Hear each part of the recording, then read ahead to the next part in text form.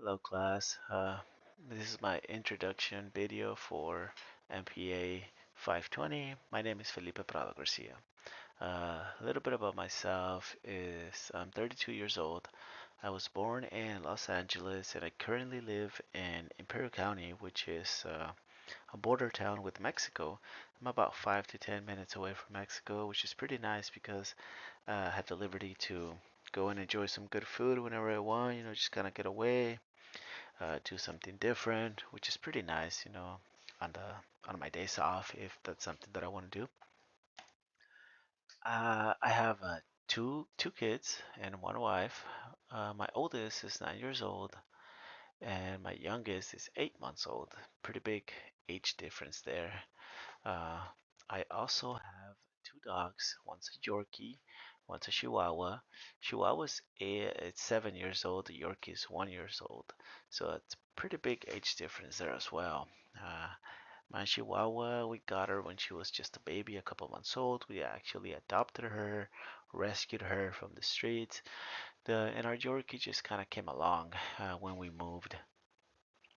That's a picture of my son. He's in the track and field in his elementary school. He really likes it. He's really good, considering he's so skinny. So he does well with running. And my other kid, 8 months old, he just eats and sleeps. So that's his thing right now. He does really good at that actually. um, some of my hobbies include soccer. I'm a really big soccer fan, so I'm really excited and looking forward to this upcoming World Cup that's going to be hosted here in the United States, Canada, and Mexico. I'm hoping that I'm able to land some tickets to attend some of the matches if I can. Another thing that I enjoy doing is going off-roading. That's a picture of my truck. I like using Can-Ams, quad, dirt bikes. I've been doing that for quite some time now, whenever I do have time.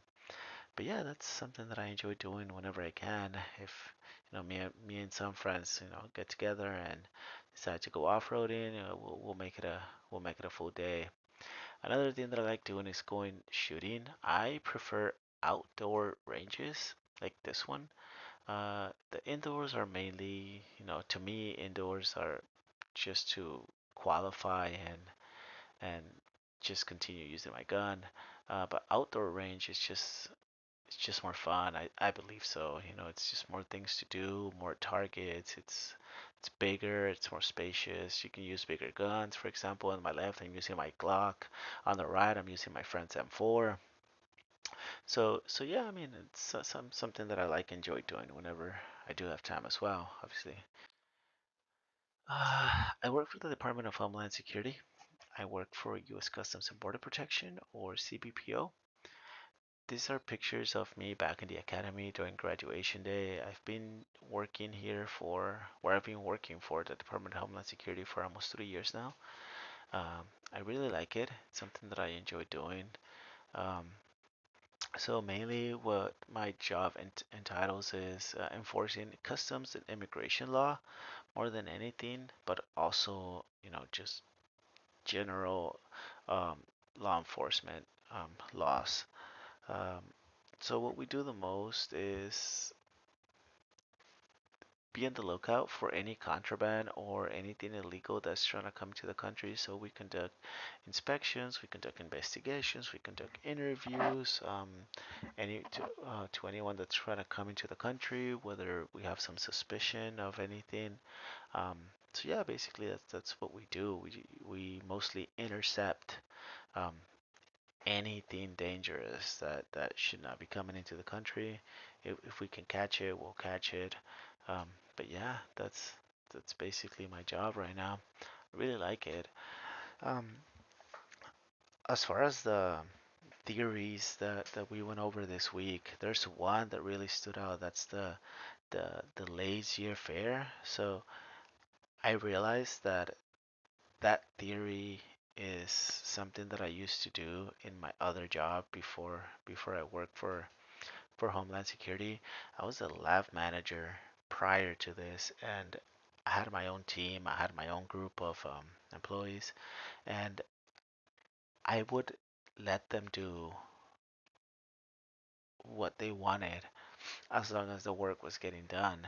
Now I know that kind of sounds wrong, sounds bad, but it was more like I let them do their work at their own pace. Like I let them do I let them do what they wanted as far as work was getting done, and in a timely manner. And if there were any issues, and that's where I would step in. Now I remember that that was hardly the issue. Like I don't remember many times where they were falling behind or they needed me to intervene, mainly because they were able to manage their own time. They were able to manage the work that they were doing.